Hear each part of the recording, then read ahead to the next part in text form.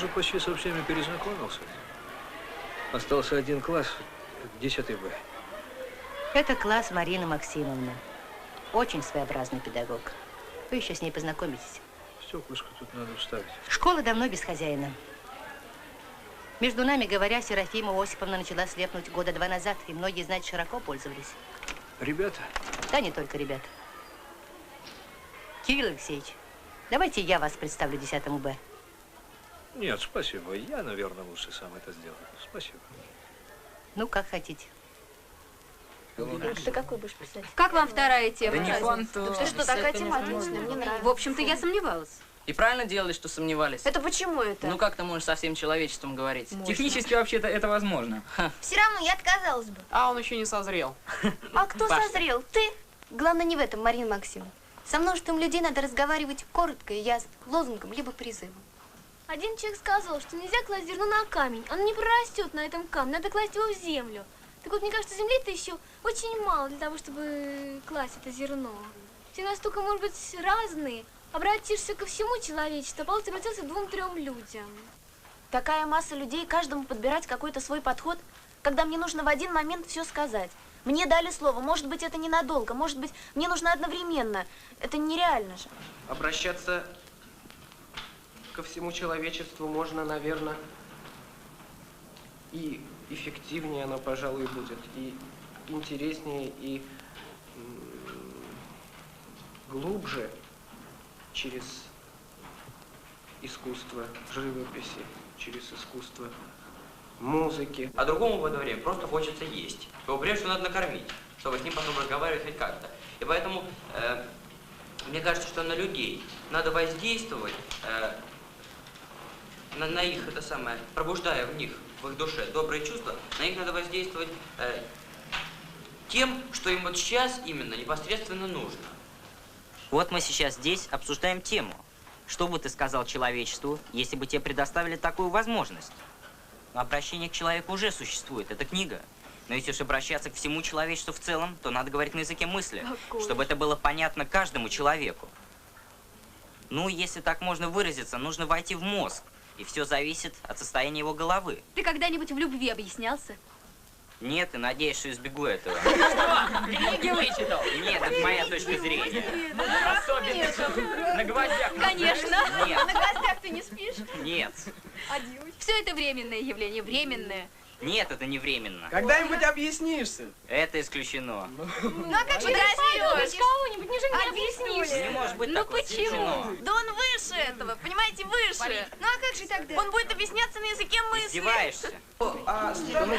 Все ли люди счастливы от этого мира? Все люди счастливы, все они ходят, что ли, радостные от этого? Хорошо, война. Была война. Говори. Ну, я совершенно противник войн. Это ужасно, потому что война это... Жизнь каждого человека это... собственно, что-то неповторимое. Если бы у меня была такая возможность, я бы, наверное, сказала человечеству, что давайте жить по-доброму. Ну, ведь об этом говорят, но этого нет. Как сказать так, чтобы это подействовало?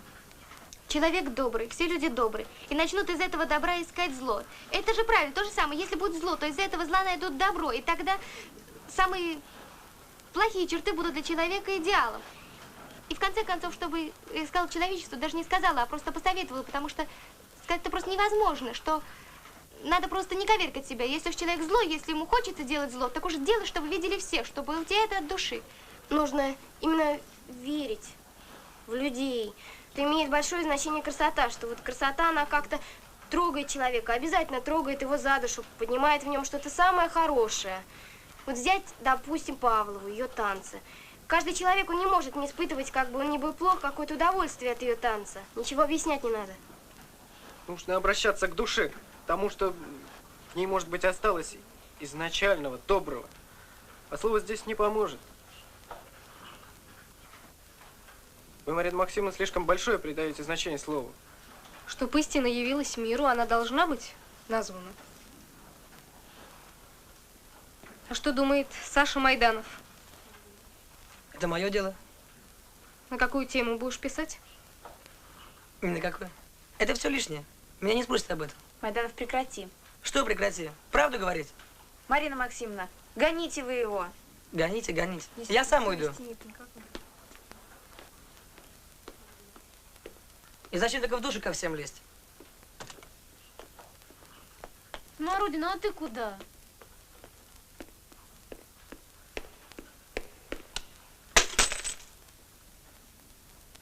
Майданов, я тебя очень прошу. Пойди, извинись перед Мариной. За очки извиняюсь. Салют. Майданов.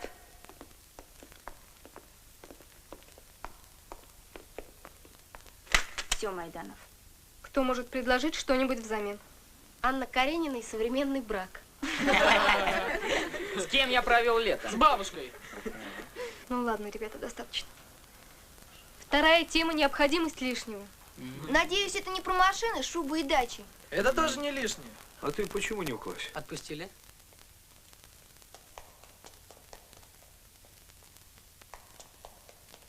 Какой класс? 10 Б.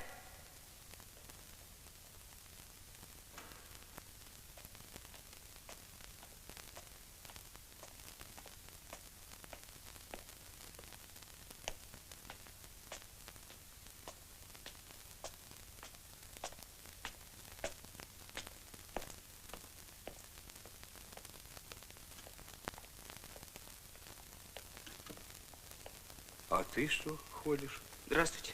Здравствуй. Ты почему не в классе? Очки разбил. А слух у тебя хороший? Ну, знаете, когда у человека минус 5 и разбитые очки, то он неадекватен сам себе. Какой класс? 10 Б.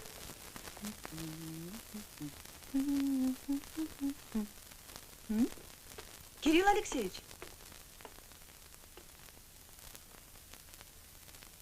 Вы мне ничего не хотите сказать? Ни словечко? Об уроке? Да. Вы же понимаете, Эмма Петровна. Эмма Павловна. Виноват, Эмма Павловна. Ничего. Вот, видите, я даже еще имена путаю. Ну, что я могу сказать? Один урок. Бывает удачно, бывает Да, неудачно. я знаю. Урок неудачный. Неудачный, да. Ну, что же мы здесь стоим? Пойдемте. У меня окно. Да, но... А вы, наверное, приуныли, когда Мякишева отвечала? Лепит и лепит бедняжка эти цепочки. А сама не знает зачем. Но старательно, честно. Честно говоря, я так растерялась, даже я сама забыла, что я ей велела синтезировать. Вы извините, Эмма Павловна. А все вы виноваты. Я? Да. Сидит на уроке малознакомый мужчина. Интересный. Вы поставьте себя на мое место. Да как трудно, знаете, трудно. Вы знаете, я, честно говоря, удивился. Вы 4 поставили, я удивился. Да. С минусом. Она прекрасно знала на твердую 3. Но я ее пожалела.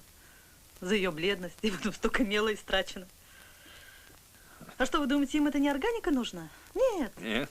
Она нужна им в магазинах, в быту, там, в шифонере, в качестве сорочек, там, белья хорошего, кофточек. Это же невесты. У них же у всех золотые кольца, часы.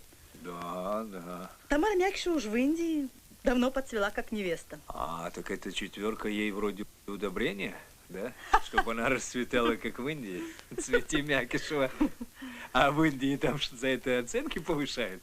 Ну, Кирилл Алексеевич, вы прекрасный подарок нашему здоровому коллективу. Не знаю, не знаю. При ваших данных еще и веселый, остроумный. Да. Извините, пожалуйста, который сейчас? Да? Мне еще надо зайти в 10 Б на урок литературы. Ну, я вам не завидую. Да, я сам себе не завидую. Нет, спасибо, я не курю. Я их это... Жуете? Да. Ну, заходите, Кирилл Алексеевич. До свидания. А если бы этого не было, мы бы не узнали друг о друге. То есть человек человеку был бы просто шкаф? Ну почему? Это ты про некоммуникабельность, что ли? Шкаф С. Глупость. Здравствуйте. Садитесь. Садитесь, ребята. Разрешите мне поприсутствовать на уроке, Марина Максимовна? Пожалуйста, пожалуйста. Проходите. Рахов, освободи место.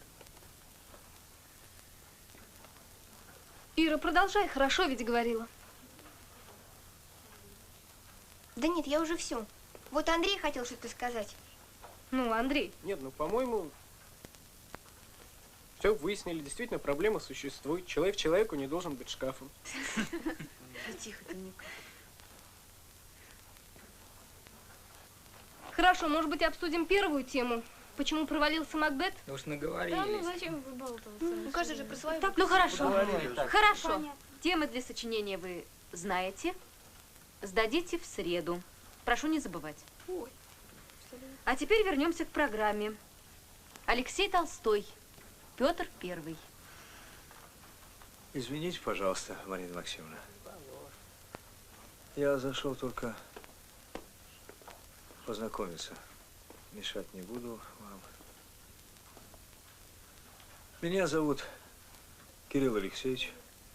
Я ваш новый директор школы. Буду вести в 10 классах обществоведение, факультативно кружок автолюбителей. Простите, пожалуйста. Вы ребят отпустили? Да, я их отпустила. Хорошо. Продолжайте урок. До свидания.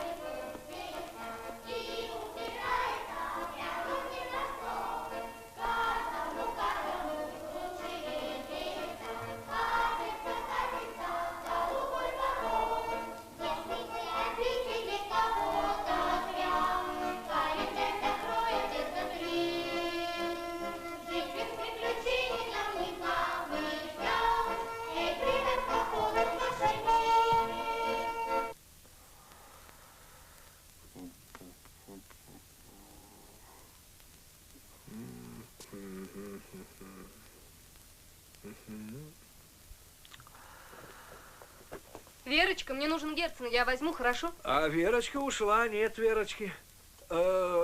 Марина Максимовна? Максимовна, я правильно говорю? Да, правильно.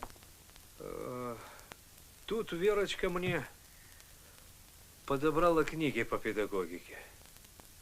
Марина Максимовна, помогите разобраться, что читать, что не надо читать, что прежде читать. Ну так толсто пишут, я запутался совсем.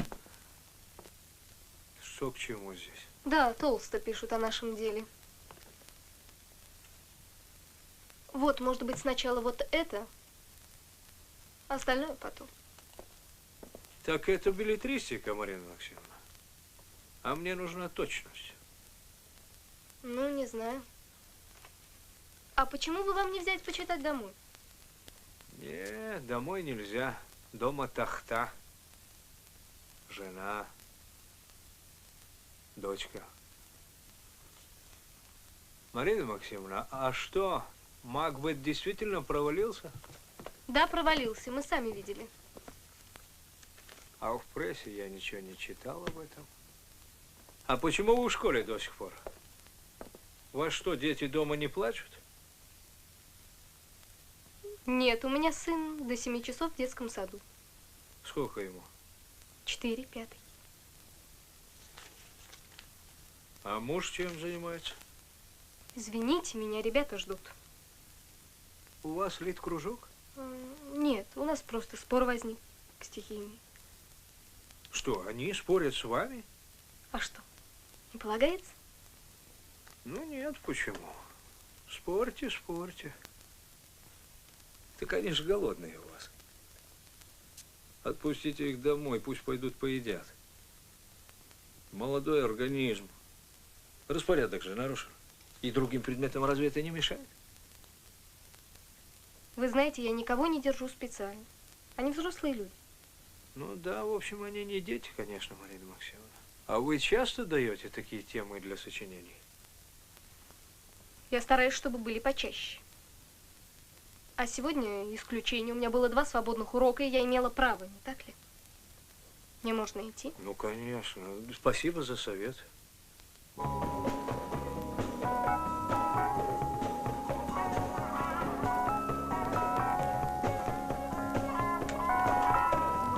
Виновница, встречай родителей. Ой, родители. Где ты там? Иди сюда. Ой, щеку. Ну, спасибо. Ну как ты Да одета? не, ничего, какой магнитофон? Ну как подарок? Неси сюда, Все от зависти помрут. Такой магнитофон. Ой, господи. Где вы были-то, устали? Еще Устали. А что, рыба? Рыба, давай тапочки. Угу, сейчас несу.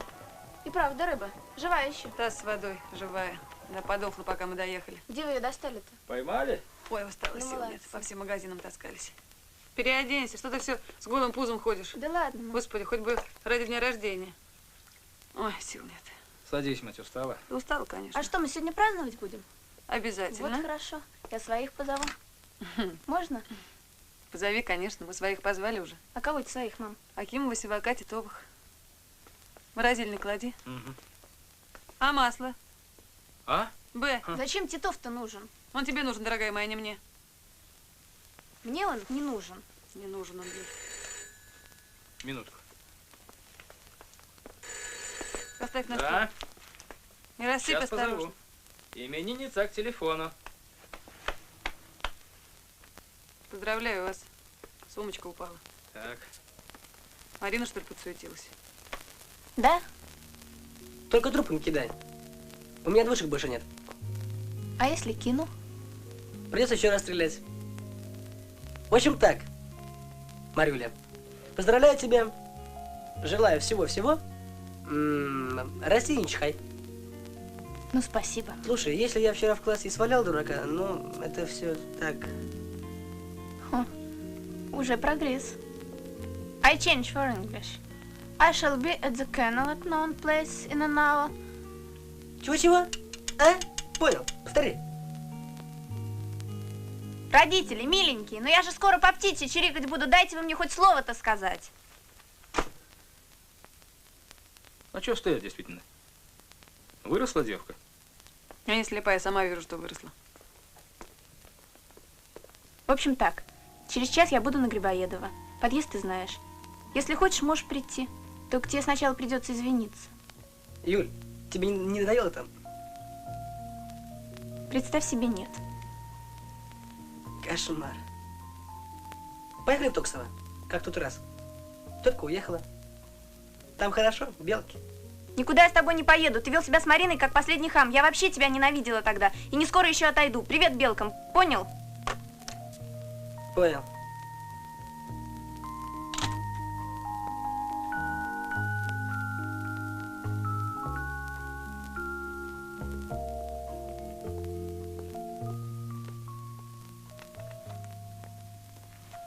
Марина Максимовна звонила?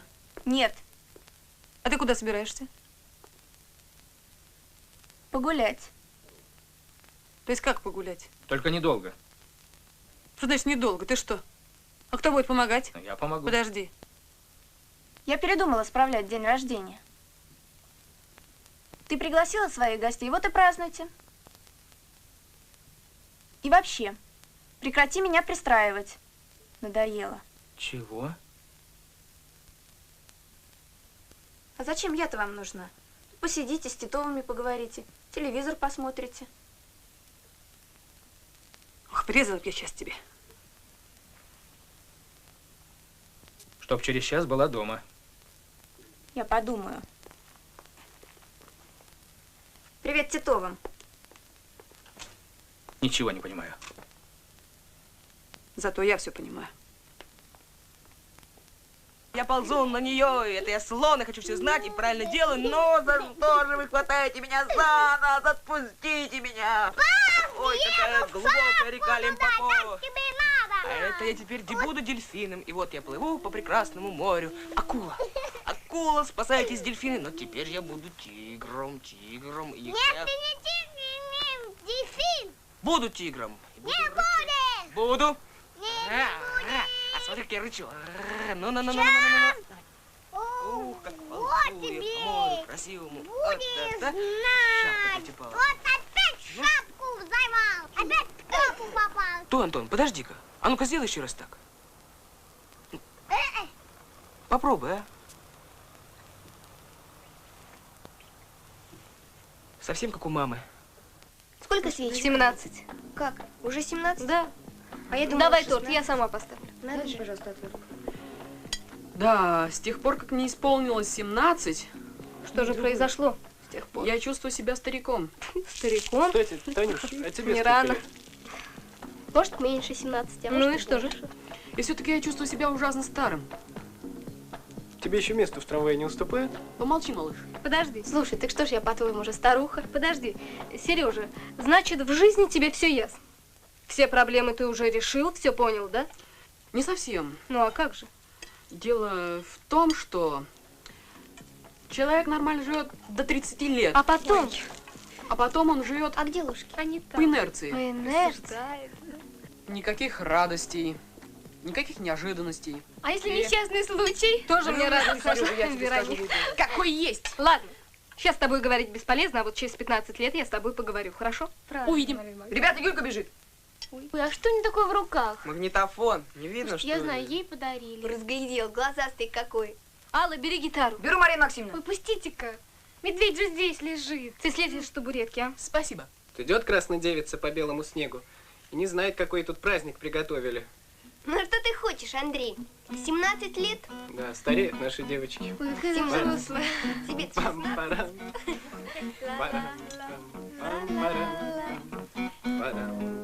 Ну, открывайте дверь. Ой, Ты давно сказал, что Мокрый, конечно.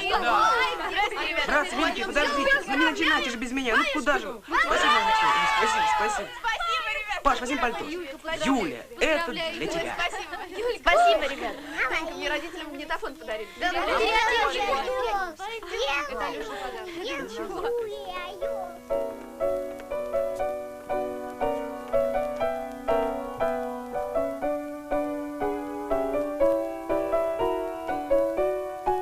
А меня сегодня Майданов первый поздравил. А родители? Ну, это само собой.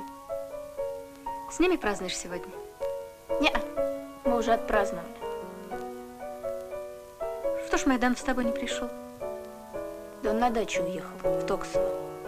белки, там снег. Белки, снег. Прекрасно. Звал? Угу.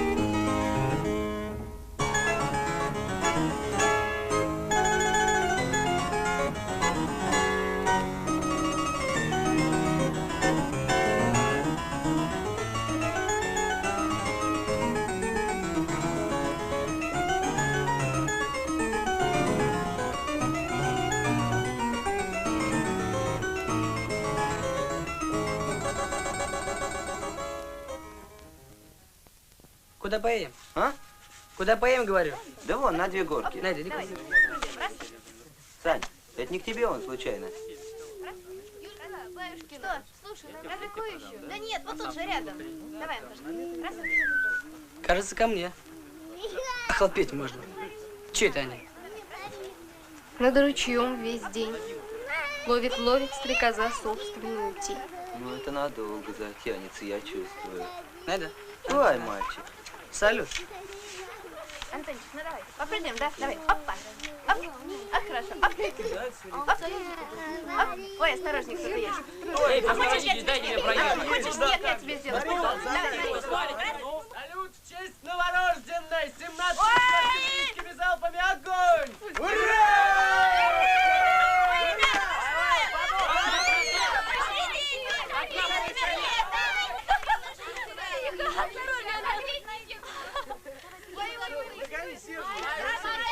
Иди.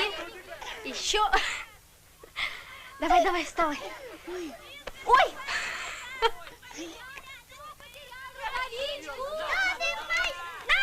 А действительно, что же он там делает, а? Антон, ты иди, сам у него спроси. Сейчас раз.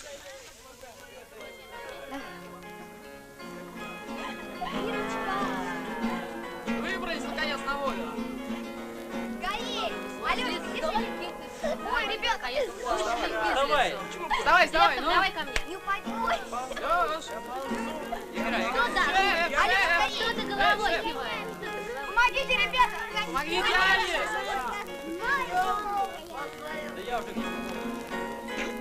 Майдан, ты иди к нам скорее.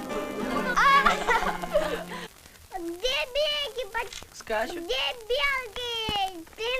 Почему еще к нам не приходишь? Почему? Почему не прихожу?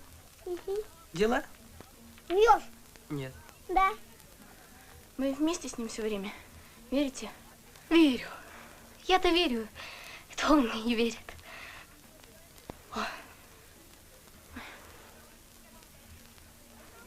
Ревнует он тебя ко мне, Юлька. Нет, ну что, Марина Максимовна. Да нет. Ой, не могу я больше идти. Давайте посидим здесь, отдохнем. Ревнует.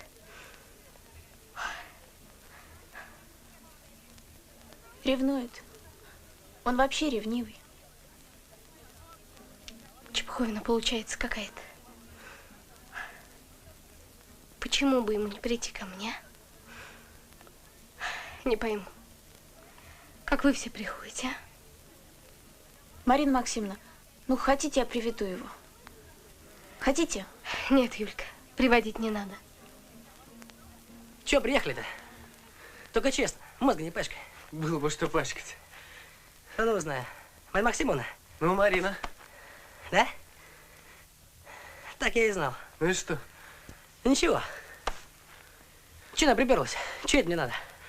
Ваше Высочество недовольно приезду гостей? Беспокоили уединение на лоне природы? Да, побеспокоили. Отдыхала бы. Выходной. За что такая немилость? Ну ты длинный. Думаешь, я шучу? Да? Не верю я вам. Тошнит меня от ваших забот. Из меня дуванчика хотите сделать?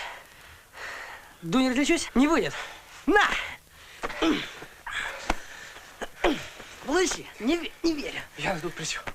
А мне на что? Возьми обратно. Ногу. На. На. И завучи я больше верю. На.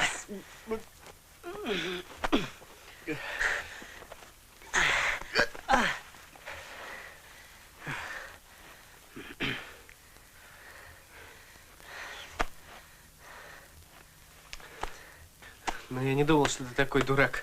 Потише. Что она тебе сделала? Что? Ничего. Не верю я ей. Завучу больше верю.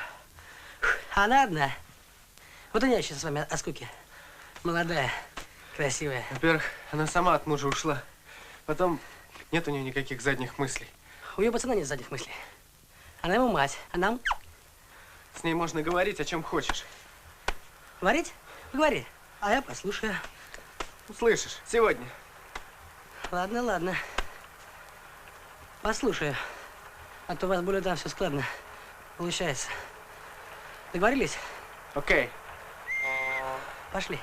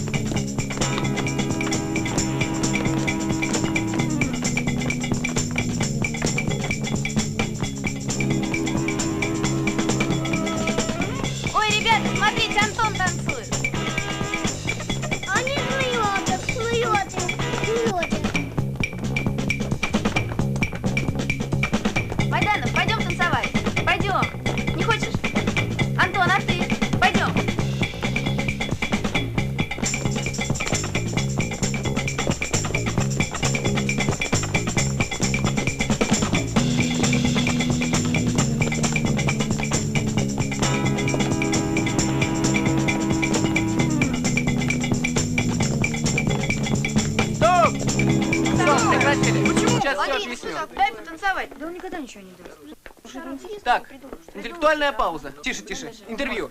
Значит, звуковое письмо потомкам. Все ясно, да? Пожалуйста, Таня, свет. Леша, фотографируешь? Оба. Что будет-то? Я готова. Интеллектуальный разговор. Алла, ты уверена в себе? Пока да. Сережа, какие у тебя отношения с родителями? Сложные. Почему? А у тебя они простые? Антоша, кем ты хочешь быть? Танкистом. Тань, что ты хочешь? Ну ты же знаешь. Татьяну Доронину заменить. Так, Леша. Слушай, а ты чего хочешь? Денег зарабатывать побольше. Да я не потому, просто чтобы матери о них не думать. Вообще хочу прожить жизнь так, чтобы потом меня не жалеть. Ладно, хватит тебе, иди. Ника, а ты себе нравишься? Нет. Ну, бывают такие моменты, когда хорошее настроение, когда собой довольна внешне, внутренне. Бывает, но вообще нет. Ясно. А ты? Не жалуюсь. Хорошо. Юлька, хочешь замуж? Замуж? Не хочу. А детей? Хочу. 5. Интересно, где она возьмет детей без мужа? Вообще странный вопрос. Марина Максимовна, вам нравится наша школа? До сих пор нравилось. Конечно, при бабе Симе лучше было. Эмма Павловна хороший учитель? Не понял. Эмма Павловна знает химию, мягко говоря, не лучше, чем Андрей. Пардон, даже сравниваться не хочу. Она на проблемном уровне совершенно не сечет.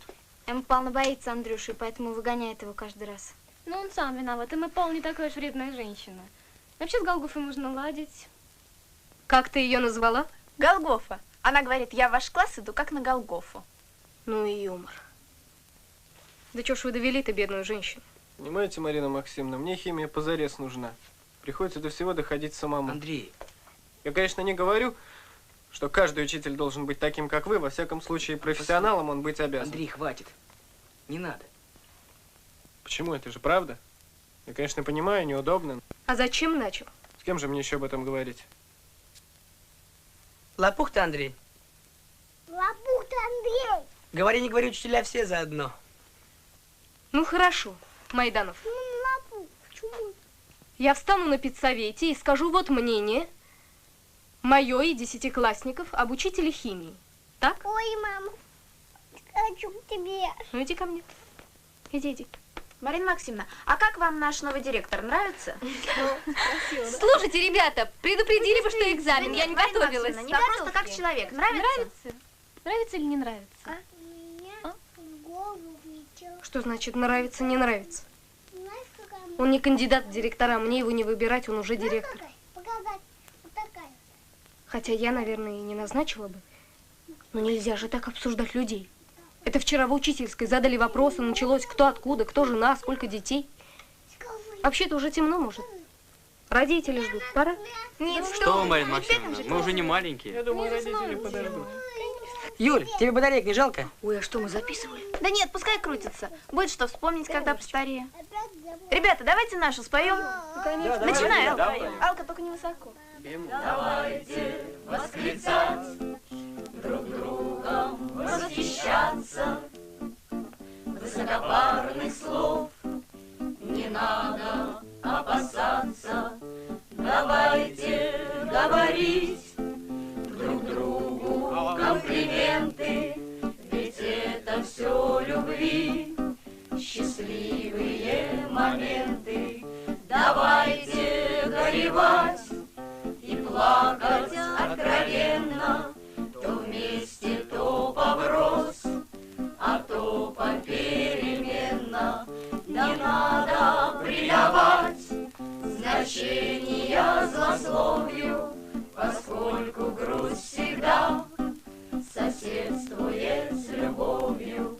Давайте понимать друг друга с полуслова, чтоб, ошибившись раз, не ошибиться снова. Давайте жить во всем. Я хочу тоже здесь А такая, тем более, что жизнь короткая такая. Осторожненько. Граждане, будьте вежливы, пропустите же. Да? Добрый вечер, поздравляю вас.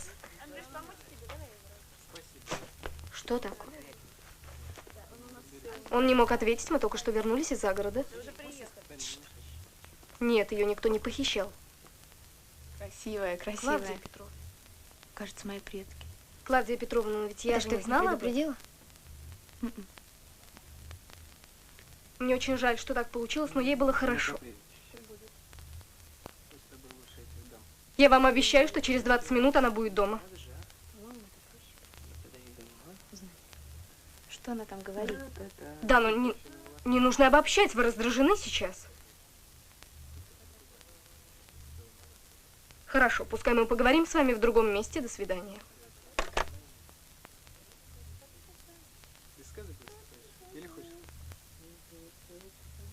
Юля? Что? Юля, почему ты не сказала, что у тебя дома гости? Я не хотела. Дитё раздето. Она пригласила своих гостей, ну и пусть бы с ними сидела. Андрей, проводи ее. Нечего мне там делать после этого. Кончай хамить, Юлька. Тебе, мама, магнитофончик, шубку. Ну, спасибо ей. Да не трогай ты меня, Марина Максимовна, ну я бы там с тоски померла. Юля, они родители твои, но неужели это нужно объяснять? Иди домой. Можно я Антона уложу? Антона я уложу сама. Марина Максимовна... Юля, иди, мне не о чем с тобой больше разговаривать. Иди домой. Понимаешь, семейные отношения – это дело сугубо личное. Конфликты с родителями надо решать самой. Но идти к этому надо другими путями, не через инфаркт. Ты еще здесь? Андрей, я же просила. Спасибо, и так уже хватит на сегодня. День был слишком длинным. Особенно мне спасибо, да? Юля, твои истерики здесь никому не интересны. Ты взрослый человек, тебе 17 лет. Ну неужели ты не можешь со своими родителями разобраться сама? Иди домой. Закройте дверь. До свидания, Марина Максимовна. До свидания. Марина Максимовна. Да? Переживать будете? Да нет, Алёш, я завтра начну. Марина Максимовна, я вас очень прошу. Не надо переживать. Хорошо. До свидания. До свидания. Дверь захлопни. Ну что, орлы, опять в коридоре? Уши болят. Ясно. Он врет. Я ему в лоб дал, и нас учительница прогнала. В лоб дал? Ну не надо, в лоб не надо. По голове вообще нельзя бить. А тем, что вы в коридоре проводите время, вы мне все показатели портите.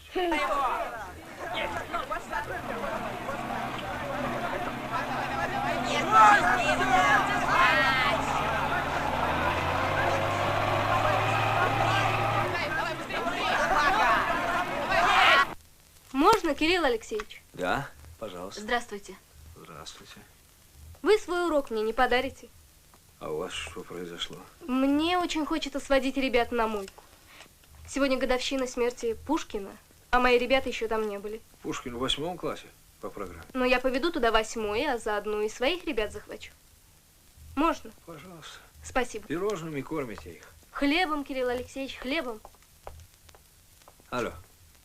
Алло, это институт?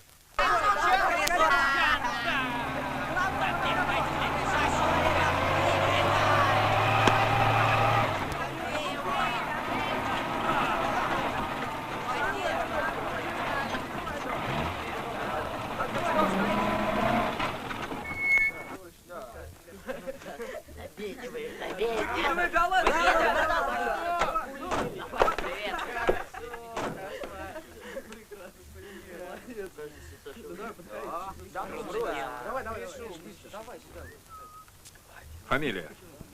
Майданов.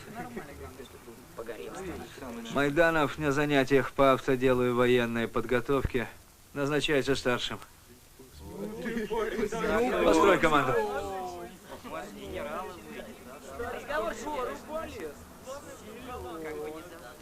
А ну, становись! Смородина! Знаешь, я даже счастлив от того, Пошустрее. что только я понял, что музыка – это вершина каждого. И каждый к ней идет. Подровняй. Идет долго, упорно.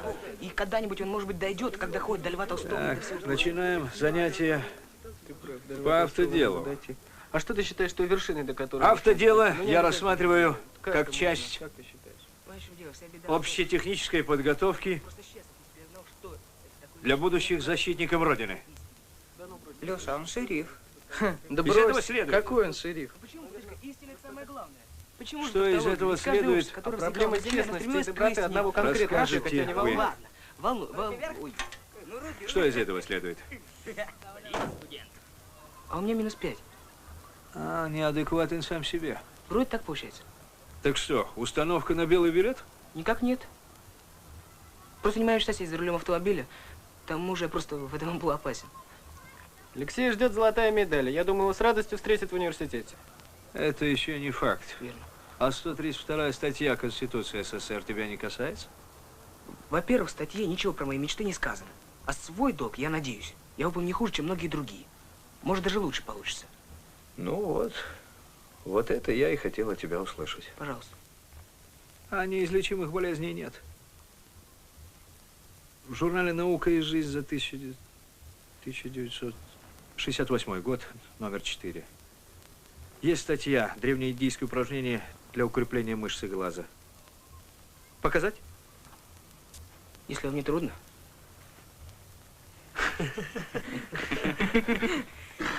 Как и йог в нирване. Ясно? Ясно. Повтори.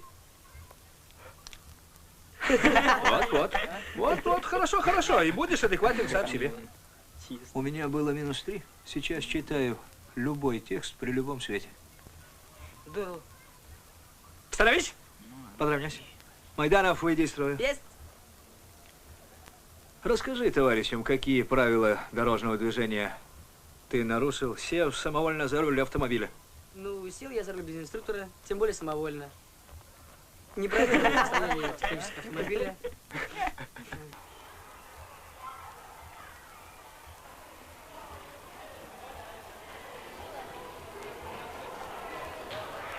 Саша Майдан, я убедительно прошу, чтобы ты тоже пошел. Тебе это будет интересно. Пошли, пошли. Ну а ты что? Идем?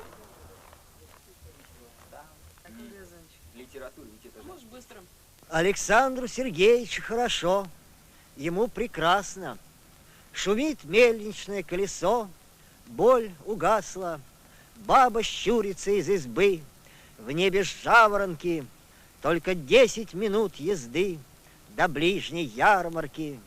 У него ремесло первый сорт, и перо остро. Он губаст и учен как черт, и все ему просто. Жил в Одессе, бывал в Крыму, ездил в карете, деньги в долг давали ему до самой смерти. Очень вежливые тихи, службой замученные, жандармы его стихи на память заучивали. Даже царь приглашал его в дом, желая при этом потрепаться о том, о сём с таким поэтом. Он красивых женщин любил любовью нечинной, и даже убит он был красивым мужчиной. Он умел бумагу марать под треск свечки. Ему было за что умирать у черной речки.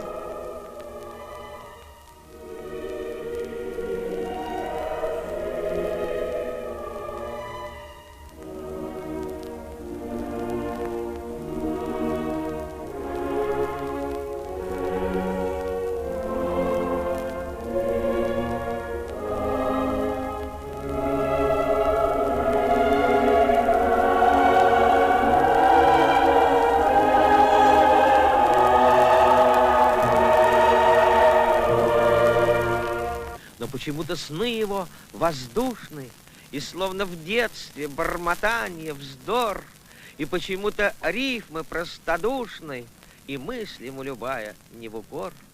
Какая радость в каждом сочленении согласной с гласной, если в том корысть. И кто придумал это сочинение, какая это радость перья грызть, быть хоть ненадолго с собой в согласии и поражаться своему уму, кому прочесть Анисии или Настасии, ей-богу, Пушкин все равно кому, и за полночь пиши, и спи за полдень, и будь счастлив, и бормочи во сне. Благодаренье Богу, ты свободен, свободен в Болдине, в карантине. В кругу земных столпотворений, в извечной сменности систем живет недолго добрый гений, себя раздаривая всем, и в этой беспощадной трате остановить его нельзя. Он держит целый мир в охвате, по дебрям опыта скользя. Гости ушли смертельно обиженные. Кто ничего не мог понять. Пришла в 11 часов. Совершенно с мокрыми ногами, совершенно промокшая. А у нее был нефрит. Но дело не в этом, я не об этом. Там маленький ребенок, 4 года, прелестный возраст, я все понимаю. Но я не готовила свою дочь в няньке. В 10 классе она находит время с ним заниматься. Если я прошу о чем-нибудь, о любой ерунде, или отец обращается с какой-то просьбой, много задали. Ничего не делает? Ничего она не делает абсолютно. Ну, вы не волнуйтесь. Не надо, не волнуйтесь. О чем они разговаривают там по субботам? Разговаривают они. О чем? Ну хорошо, я отстала. Со мной я не в счет. Новое руководство. Руководство. Вы должны быть в курсе дела. Какие такие проблемы они там решают? Ну, в общем, понятно. Вы считаете, что Марина Максимовна плохо? Я ничего не считаю, Кирилл Алексеевич, дорогой. Я знаю. После этих посиделок она приходит совершенно чужая. Ничем они плохим там не занимаются, наверное, Клавдия Петровна. Может быть, они там ее развивают. Но я, Ольга Денисовна, и мой муж, мы не хотим развивать свою дочь в эту сторону. Вы поймите, они, наверное, просто любят ее, и все. Я, правда, недавно здесь, но, по-моему, они ее любят. А вы извините, конечно, но вы, по-моему, ревнуете. Ну, это смешно, Но Кирилл вы Алексеевич, ревнуете, смешно. но серьезно. Я понимаю, я разделяю ваши чувства, я понимаю, я сам отец. У меня дочка есть, мы с женой еле-еле с ней справляемся, честное слово. И я понимаю, эмоционально вы правы, мы разделяем ваши чувства. Да, разделяем. Это нервы, это сейчас все нервные. Но так расстраиваться нет никаких объективных причин, честно. Какие эмоции, Кирилл Алексеевич? Это не эмоции. Я не хотела до этого доводить, но если вы считаете, что это эмоции, вам нужны факты. Пожалуйста. Что это?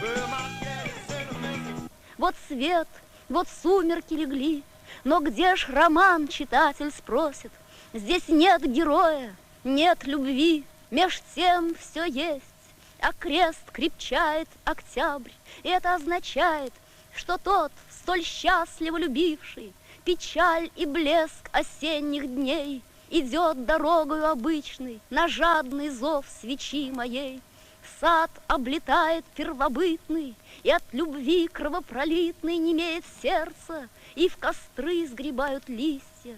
Брат сестры, прощай навеки, ночью лунной, другой возлюбленный безумный, чья поступь молодому льду не тяжела, минует тьму и к моему подходит дому. Уж если говорить «люблю», то, разумеется, ему, а не кому-нибудь другому. Очнись, читатель любопытный, вскричи, как намертво убитый и прочный точно лунный свет. Тебя он любит? Вовсе нет. Хочу соврать, и не совру, как не мучительно мне правда. Боюсь, что он влюблен в сестру, стихи слагающего брата. Я влюблена, она любима, вот вам сюжета грозный крен. А, я не зря ее ловила на робком сходстве с Анной Керн. Час грустных наших посиделок твержу ему: тебя, злодей, убил, ты заново содеян из жизни, из любви моей. Коль ты таков, во мглу веков сошлю назад. Не отвечает и думает, она стихов не пишет часом и скучает. Вот так, столетия подряд, все влюблены мы не впопад, и странствуют, не совпадая, два сердца, сирых две ладьи, ямб ненасытный услаждая великой горечью любви. Только день смерти Пушкина, как никакого другого русского писателя, с удивительным постоянством отмечают у нас ежегодно. В 139 раз стоят у окон этого дома люди. И так же, как тогда, в 1837-м, всеми, кто находится здесь сегодня, владеют чувства великой горечи и сознание огромной утраты.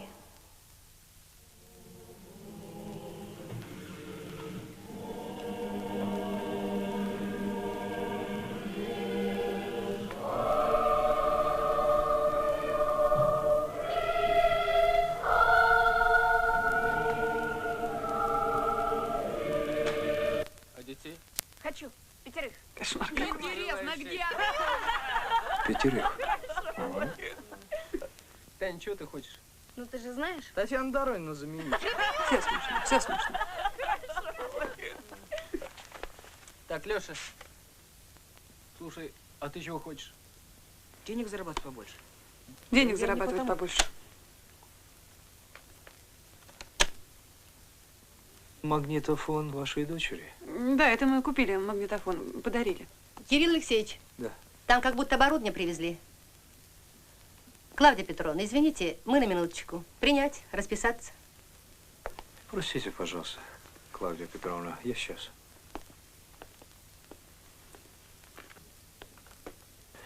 Кирилл Алексеевич, я страшно беспокоен. Я даже не думала, что настолько все это всерьез.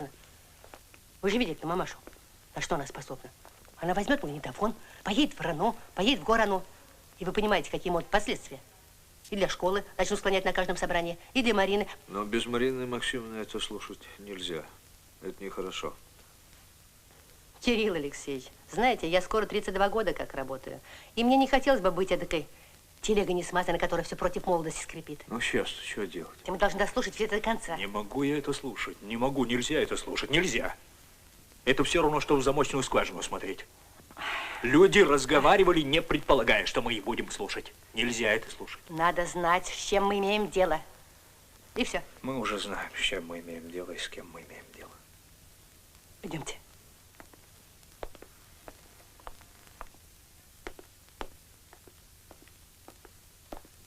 Клавдия Петровна, вы извините, пожалуйста. Пожалуйста. Видите, дела. Вы знаете, мне кажется, что на ходу трудно разобраться с этим вопросом. Вопрос серьезный. Скажите, пожалуйста, вы могли бы нам с Ольгой Денисовной доверить магнитофон? То есть вместе с пленкой? Да. Ну, ради бога, пожалуйста, Господи. Цель у нас одна, я думаю. Спасибо большое. А как он включается? Вот так. Так включается, так включается. Интерес один. Спасибо. Благодарю Не за что. за сигнал. Это не сигнал. За доверие Да. благодарю. Благодарю. Кирилл Алексеевич, скажите, а моя откровенность никаким образом не отразится на... Нет. Нет. Я вас очень прошу. Ну что вы, не беспокойтесь. Разнервничался директор. Да. Я пересажу вас в переменку. Можно? Да, пожалуйста. Ольга Денисовна, а у директора с Мариночкой нет никаких отношений? Клавдия Петровна. Да нет. Не ожидала. Да вы меня не поняли совершенно.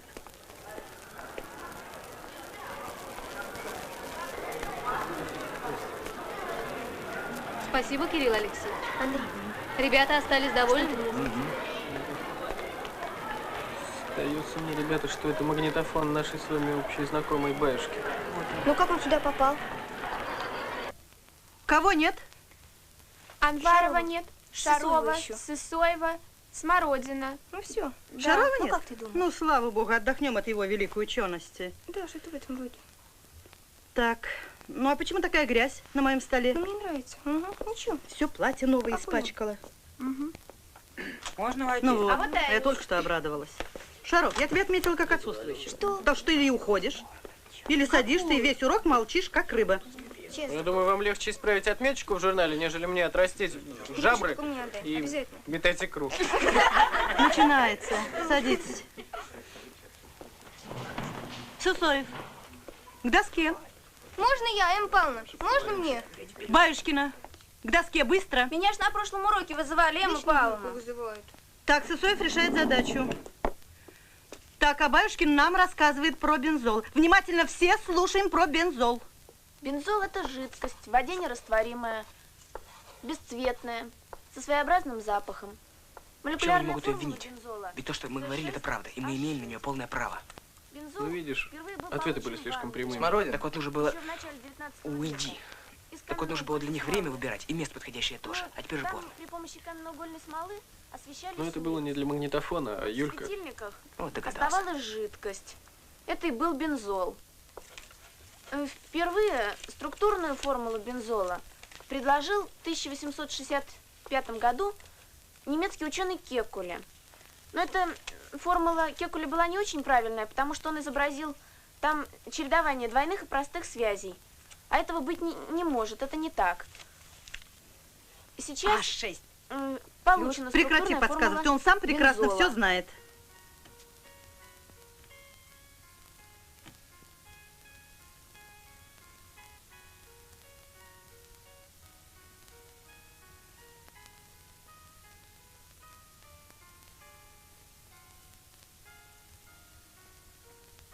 Таким образом, бензол занимает Хватит, промежуточное достаточно. положение. Сысоев, садись. Сысоев 4, Баюшкина 3. Дневники на стол. А я дневник дома забыла, Эмма Ты Павловна. все время забываешь дома. Дневники надо сразу класть, как только выходите. Эмма Павловна, А тебя у меня нет. Эмма Павловна, Ну, субъективный идеализм, Эмма Павловна. Как же меня нет, когда вот он я и стою. Эмма Павловна, собственно, почему 4, а не 5, а не 3, не какая-нибудь другая оценка? Действительно, почему 4, а почему бабушкины 3? Все правильно написано. Господи, ну когда же это кончится? Да ну вообще. На днях, а может быть, это... Вопрос существует. Человек правильно вам решил задачу. Ну, действительно. Знаешь что, выйди вон из класса. А почему? Всегда его выгоняют. Чем он перед вами? Выйди вон из класса, я сказала. Это я вас хочу спросить, почему такая нервотрепка каждый день? Что я вам плохого сделала? Я только хорошее вам желаю, только хорошее. Я вообще могу уйти из школы и прекрасно устроиться фармацевтом.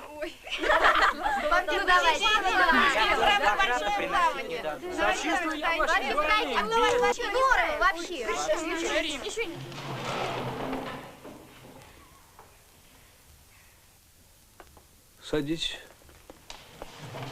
Я тоже посижу у вас на уроке, Эмма Павловна, если вы не против. Да, пожалуйста. Очень даже вовремя вошли. Только урока не будет, Кирилл Алексеевич, пока Шаров не выйдет. Я уже вам говорила, это хулиган. Это умственный хулиган. Или он, или я. Пойди погуляй, Шаров.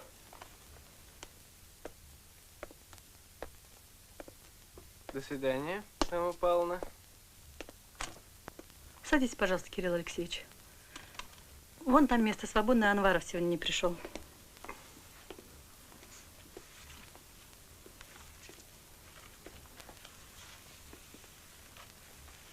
Так, тема у нас механизм реакции замещения на примере предельных углеводородов. Что тебе? Можно выйти? Нет. Тебе эта тема необходима в первую очередь, Майданов. Садись. Ах так? Я сам выйду.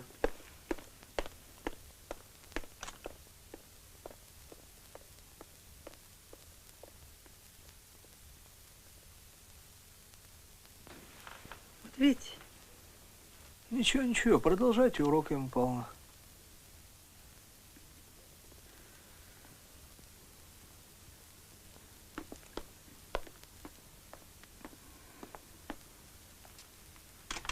Повторите, пожалуйста. Повторяю. Механизм реакции замещения на пределе, на примере предельных углеводородов. Пишите, все пишите.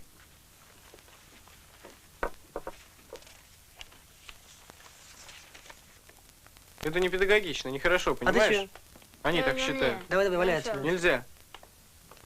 А ты понимаешь? Немножко. Не без этого. Да. Ты вот хотел Марину проверить. Да видишь, что из этого вышло? В общем так. Ты отвлекаешь Алину, а я в кабинете директора. Погоди, тут подумать надо. Да чего тут думать? Тут надо действовать. Действовать-то надо. Только все это на воровство похоже. Да брось ты, деточка. Магнитофон чей? Юлькин. Вот мы и вернем его хозяйке. А, ну давай. В общем так, слушай сюда. Ты отвлекаешь Алину. Как? Очень просто. Вешаешь лапши на уши. Там вызови ее, скажи, что, мол, пойдем, я тебе что-то скажу.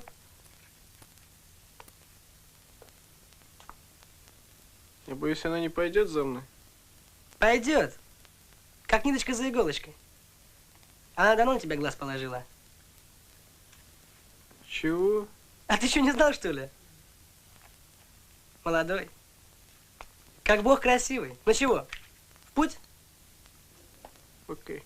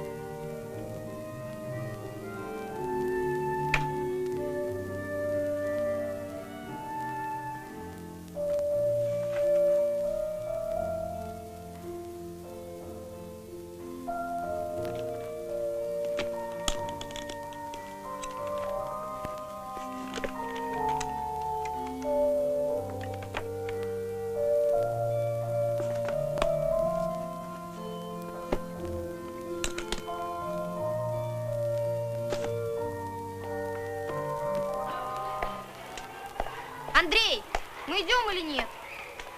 Юль, Ну что? Что тебе? ты ничего не потеряла? Я? Нет, а что? Твой, только тихо. Мой.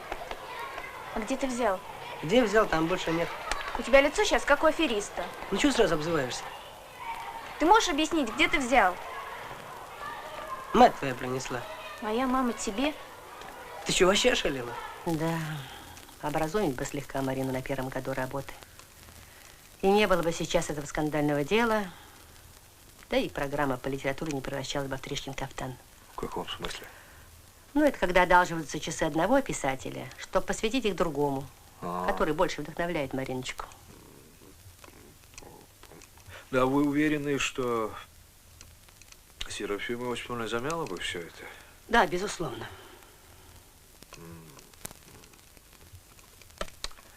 Ох, взяли мы с вами обузу на свою голову. Да. Ну, хорошо. Прокрутим мы это все дело на педагогическом совете. Ну и что? Извините, Кирилл Алексеевич, мы вас ждем. В буфете ждем. В буфете? Я не хочу есть. Кирилл Алексеевич, не обижайте людей. Пойдемте, пожалуйста. И что, это надолго это в буфете? Но это кому как. Ну тогда, одну минуточку, я домашних предупредить должен. Я уже ничего не понимаю. Ну, с Майданом, ну, с ним все ясно. Ну, вот ты-то. Или это же элементарное воровство. Леша, ну что чего ты не все ожидал? Ну, суетишься? это я суечусь. Это вы суетитесь. Да. Я его страховал. Страховал? Боимся мы. Понимаешь? Боимся. Ты прав, старик. Мы все чего-то боимся.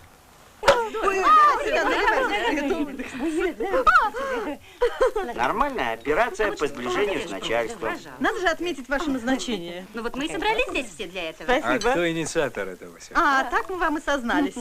А мне покрутить Я, покрутить. между прочим, Пожалуйста, вот сюда. между прочим, Олег Григорьевич, если позволите, я, значит, хочу сказать слово первое. Не позволю. Я сам хочу сказать первый. И просите, Кирилл Алексеевич. Алексеевич. Простите, Кирилл Алексеевич, мой тост не за вас. Я хочу сказать о Серафиме Осиповне. Сколько лет она здесь была хозяйкой. Я-то стал учителем только после войны. Обстоятельства вам известны. Все думал временно, искал другую работу, а она швыряла мои заявления в корзину, просила позаниматься с каким-нибудь хиленьким ребеночком. Я занимался. Просила провести олимпиаду, потом я снова бунтовал. Они сломали мой амперметр. Они тебе построят новый амперметр, говорила она, если вы друзья. А если нет, то бог с ним, с этим амперметром. Это самая меньшая твоя потеря. Учитель она была настоящей. Я прошу всех выпить за ее здоровье. Никто так не нуждается в здоровье, как она. Я очень хочу, чтобы ей было хорошо, чтобы все у нее кончилось. Я привыкла вас видеть холодным и недосягаемым, Олег Григорьевич. Спасибо за бабу Симу. Да, выпьем, товарищи, за бабу Симу. Все у ней будет хорошо. За ее здоровье. Все будет хорошо. А теперь, Олег Григорьевич, я о новом шефе. Честно говоря, я боялся, что нам назначат какого-нибудь замухрышку. Так. Но я сказал, как думал. И то, что нам поставили такого человека, я считаю, что нам просто повезло. Побольше хороший кусочек. Вы же демобилизовались недавно. Мобилизация, это при чем? Ну, я не знаю, как там это называется. Во всяком случае, вы из армии недавно. Так вот, я не скрою. Я хочу сказать, что вот некоторые считают, что директором должен быть учитель со стажем. Леночка, дай-ка мне. Армия дала Кириллу Алексеевичу такую закалку на все случаи жизни. Лилия Олимпиевна, я ведь не про зарядку говорю, а просто говорю я. Когда я увидел, как вошел этот человек, я сразу понял. То. Вот. Я сочинил еще экспромт. Нет, не надо. Вот я его... как раз не надо. Ну, Олег Григорьевич, ну, я надеюсь, вы понимаете, что я хотел сказать. Благодарю вас, я понял. Да нет, я знаю, там бывает, предают люди друг друга. Ну, чтобы мама объясни, как она могла вот так. Не знаю. Не знаю. Ты не знаешь. Я тоже не знаю. Насолила ты ей? Чем? С дня рождения слиняла. Она сейчас не работает? Не работает. Обалдеть можно. Ага. Сидит, скучает. Ничего. Она теперь у меня не так поскучает. Знаешь, мне бы угол какой-нибудь. И хотя бы 50 рэ в месяц. Дурочка. 50 рэ. Юль, пойдем ко мне. Нет, Сань, не могу я. У меня мать ничего не скажет. К Марине пойдешь? Юль, я не могу без тебя.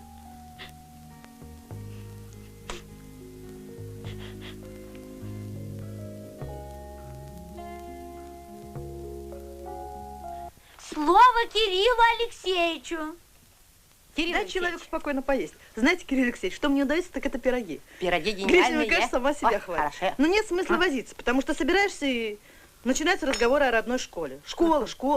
Ну не у всех же получается выключить станок и по домам. Это же так понятно, Эмма Павловна. Маринка, оставь времечко на личную жизнь. Разговор это у всех по-разному. Класс вместо семьи, ясно. Ну что ж, это можно понять. Олег Григорьевич, чайку Личная налить? жизнь учителя и внеклассная работа совпадают. Поделились бы опытом, Мариночка. Считай, что ключ к 10 Б только у вас. Это преувеличение. Потом такой ключ они дают сами, кому и когда захотят. И, конечно, без права передачи посторонним. Я притащу музыку. Привет, Костя. Вот наконец додумался. А то сидим. Я сейчас, Олег Григорьевич, я сейчас. Конфетку.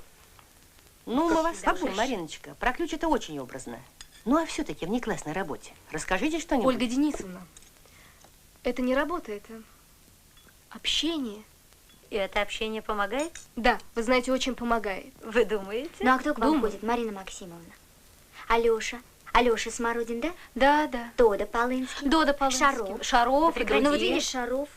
Ой, ради бога, не вспоминайте при мне эту фамилию. Я его сегодня вышибла в присутствии Кирилла Алексеевича. Да? Да. Ай-яй-яй. А я ему как раз симпатизирую. Вот поэтому ничего и не замечаете. Дело не в симпатиях, а вообще выдворение ученика из класса – это капитуляция перед ним. Есть прямая инструкция на этот счет. Мы вас слушаем, Марина Максимовна, продолжайте. Ну что рассказывать? Учимся, читаем, размышляем. Они сочинили песенку, правда, мне не все там нравится. Сударь, когда вам бездомно и грустно, здесь распрягите коней, вас приютит и согреет искусство в этой таверне своей. А дальше? Минуточку. Заменить слово таверна. По-русски это кабак, трактир. Кто-нибудь подумает, что у вас трактир для учащихся? Кто подумает, Ольга Денисовна? Да кто угодно. Что, меня Себе надо верить. Себе и ребятам тоже. А мы всю жизнь боимся этого. Браво. Браво, Марина Максимовна, только зря вы так реагируете.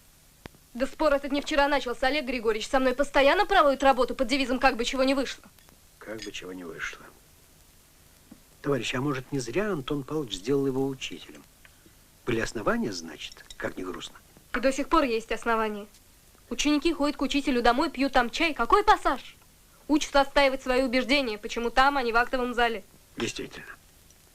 Значит, человек в футляре – это я. Спасибо, Мариночка. Пожалуйста. Да не о том речь, Господи. На ком из нас нет такого футляра? Такая профессия. Если я когда-нибудь с этим соглашусь, я тут же уйду из школы. Ну что, Мариночка, устроишься в редакции и будешь получать нас грешных. Я сказала, если когда-нибудь соглашусь. А этого никогда не будет, потому что мне моя работа нравится, несмотря ни на что. Только вот смешно теперь сидеть тут с вами, пироги кушать. Да ты что, Маринка, вернись, пожалеешь. Не пожалею. Я же с ней по-хорошему. Все свидетели. А что случилось? Ничего. Но я отвечаю полностью за магнитофон. Нет, не могу. Простите, Константин Иванович. Юля, дай, пожалуйста, магнитофон. Но ты-то тут при чем? Почему тебе? Не могу. Ну, Константин Иванович, я потом объясню. Юля, ну дай ладно, он объяснит потом, а я объясняю сейчас. Дело в том, что сейчас вашим учителям нужна музыка. Да. Я Баюшкина за аппарат отвечаю лично. Я ее верну. Нет. Константин Иванович, здесь не та музыка. Простите, до свидания. Почему молчите, Кирилл Алексеевич? Ну, тогда я скажу. Да будет вам известно, что в этой самой таверне не только стихи да песенки.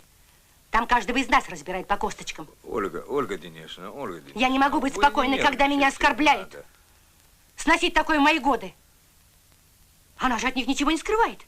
Может, она их восстанавливает против меня, как против Эммы Павловны. Как? Они меня обсуждали? Ну, это я сказала в виде примера. Ну, Ольга Денисовна, вы скажите мне на ушко. Да не подставляйте мне свое ухо.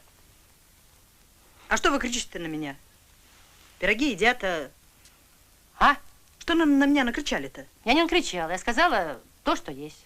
Нервные все. А какие, собственно, новости, друзья? Ученики обсуждают учителей, выставляют им отметки. Так было всегда и прибудет вовеки. Подозреваю, что когда ученики уходили от Сократа, говорил что-нибудь вроде: «Сегодня старик, по-моему, был в полном маразме». Или там: «Нет, это него Ксантипа так действует». Да. А если бы так не было, то Сократ оставил бы ни школу, ни учеников, а кучку педантов, не способных пойти дальше него. Закон диалектики. Ну, Олег Григорьевич, вам хорошо так говорить, вас уважают. Ну, значит, я не способна на диалектику. Уберите меня за это на пенсию. Ольга Денисовна, ну кто ж... Ой. Что? Да, не надо. Да не об этом же речь, Ольга Денисовна, дорогая моя. Речь идет вот о чем. Просто вы реагируете как-то уж так очень, все на себя, понимаете? Спокойнее, спокойнее, все идет хорошо.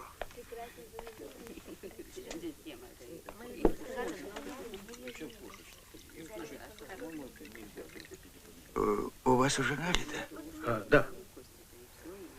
Очень рад был с вами познакомиться, Олег Григорьевич.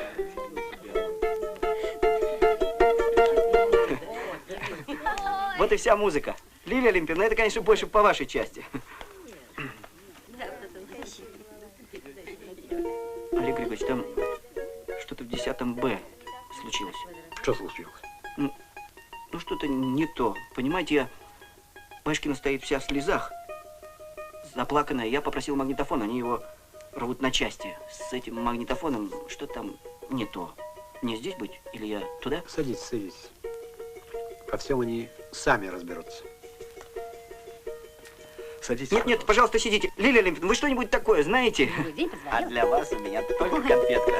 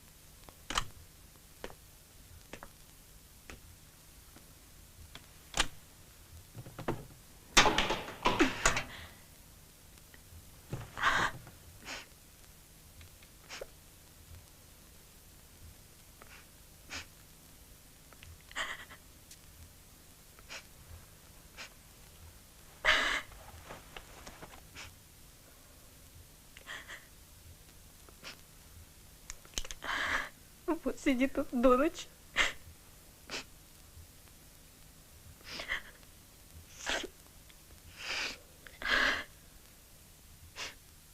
Ну что, дядя Марин, застряли? Андрюш, ни туда, ни сюда.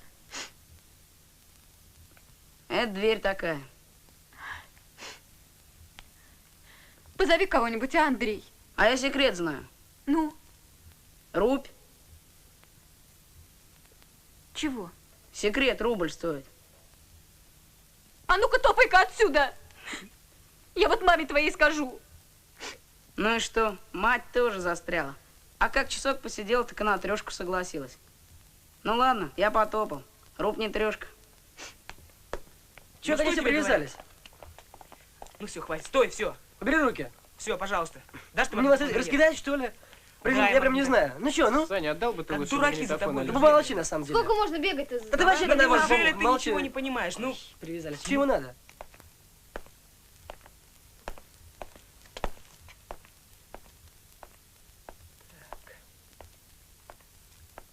А вы почему до сих пор в школе? Погодка, Кирилл Алексеевич. Ветер, знаете ли. Погодка, да? Да. И все? Больше ничего не скажете? Да нет, вроде ничего. Ну, тогда я вам буду говорить. Не надо, Кирилл Алексеевич. Не надо? Не надо. Почему не надо? По-моему, мы знаем, о чем вы хотите нам сказать.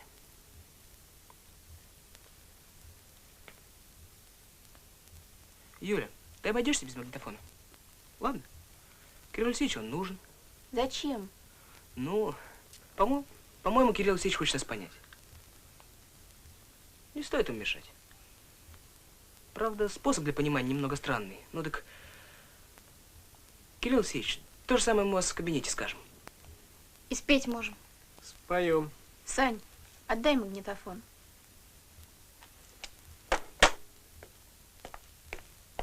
Майданов, подойди сюда. Все остальные по месту жительства.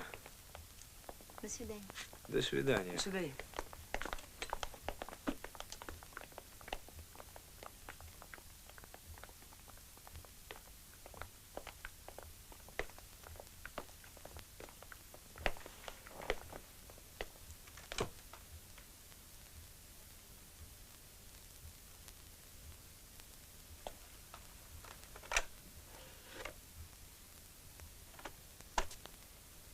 Шагом марш домой. До свидания.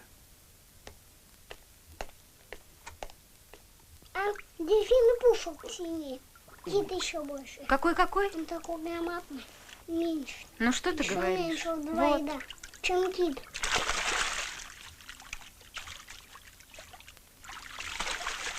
Ну что? Не нашел. Не нашел. Нет. Не нашел. Ну, Не не нашел. найдешь. Вот он. Не Видишь? буду искать. Обиделся вам, и я забью в дом. Что Успокойся. будете делать? Антон, успокойся. Ты плохо просишь. Что, я плохо прошу? Люба. Не кричи на меня, сядь в воду. А ты не сказал. Антон, не ныряй без меня.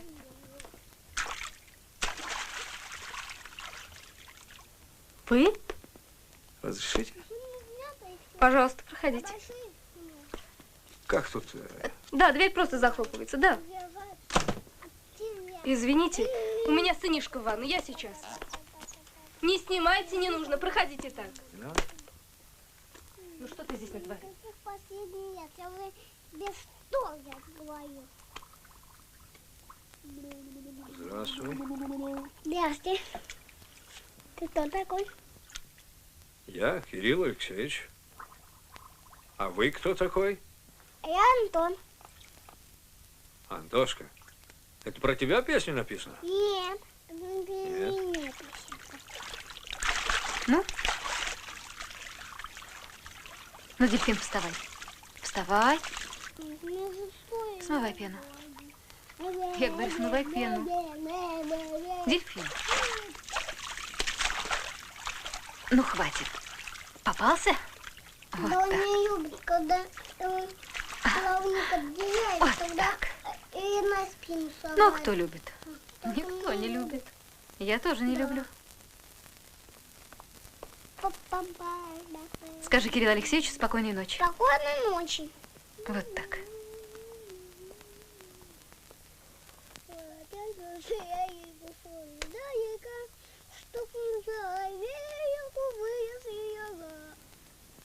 Ну, дождемся мы. Уедет он.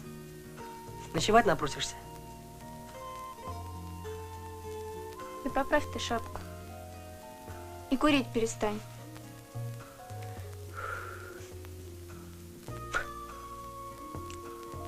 Ну чё, замерзла? Что, некрасивая стала? Да нет, ничего еще. Я говорил, пойдем ко мне. Мать мне... Мать у тебя хорошая. Она ничего не спросит и ничего не скажет. На кухне я буду. Я знаю, Саш. Не могу я. Вы знаете, Марина Максимовна, что по вашей милости я нахожусь в затруднительном положении и вынужден задать вам ряд вопросов. Скажите, можно обидеть человека, заведомо зная, что ты умнее, талантливей, современнее его? Можно. И вы понимаете, что вы обидели сейчас людей? Обидела. Я сейчас занимаюсь вот этим делом. Занимайтесь. Хотите прослушать? Нет, нет. В таком случае я стираю все это, что здесь записано. Я не знаю, Марина Максимовна, но офицерам не положено обсуждать других офицеров в присутствии солдат. Даже косвенно. Есть же профессиональная этика. Надеюсь, с этим вы согласны? С этим согласна. Да. Я искренне говорю вам, что это частная беседа. Считайте, что ее не было. Я просто пришел с вами побеседовать.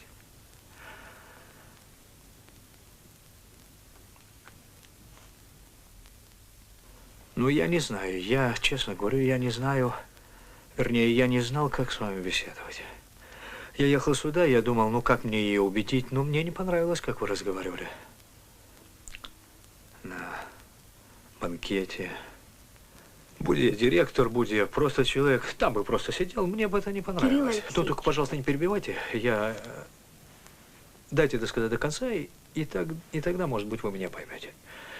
Я думаю, что человек, которому дано природой, он должен быть добрый, он должен быть щедрый, а вам, по-моему, дано. Я думаю, ну как мне беседовать с ней? Я думаю, ну расскажу обо всем, как остался ребенком в войну один, как спасали меня, как сейчас дочка тех, кто меня спасал, она их не понимает. Ну, это вам понятно, это вы скажете, ну вот опять начинает все сначала, все. Вот. Все-таки учительницей будешь? Ага, а что? Ну и работка.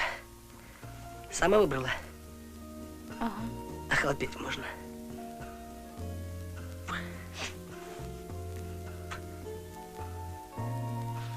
И впрямь холодно.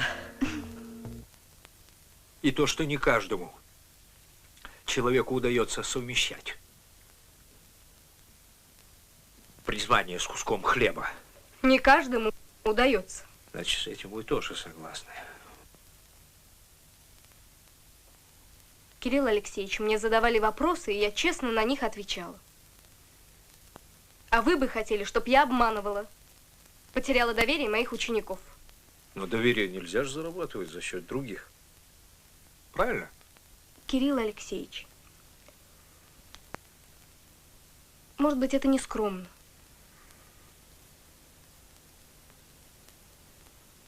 Но все равно я чувствую себя больше правой, чем виноватой. Может, мне уволиться? Подумайте. Но я бы воздержался на вашем месте. Я не советую.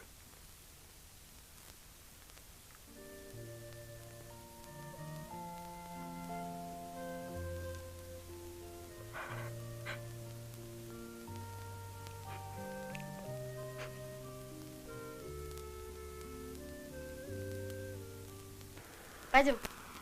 Погоди. Не знаю, что мы тут стоим. Зайти надо, досказать все, что следует. И верно, братцы, бессмысленно здесь торчать. А куда спешить? Начальство здесь.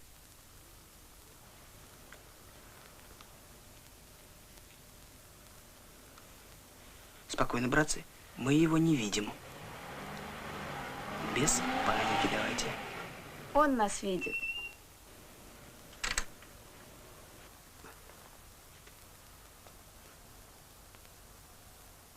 Баюшкина, подойди, пожалуйста, ко мне.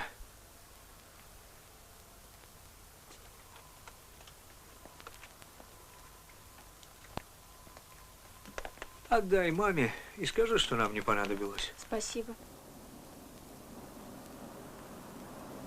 Грибоедова 113, смотрите. Стоп, стоп, стоп. Тебе туда заходить не надо. Почему это?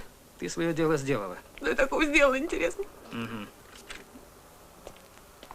Спасибо. Юрка, твои родители. А родителям туда, по-моему, не надо ходить. Знаешь, Юрка, разбирайся в своих делах сама. Не надо туда предков вмешивать. Угу, ладно. Давай. Мама! Мам!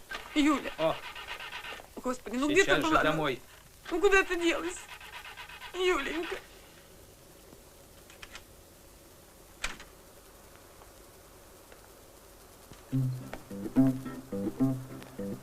Давайте восклицать, друг другом восхищаться. Высокопарных слов не надо опасаться. Давайте говорить друг другу комплименты, ведь это все любви, счастливые моменты. Подтолкните, ребят. Давайте горевать и плакать откровенно, то вместе, то поврось, а то попеременно. Не надо придавать значения злословию, поскольку грусть всегда соседствует с любовью. Давайте понимать друг друга с полуслова, чтобы, ошибившись раз, не ошибиться снова. Давайте жить во всем друг другу потакая, тем более, что жизнь короткая такая.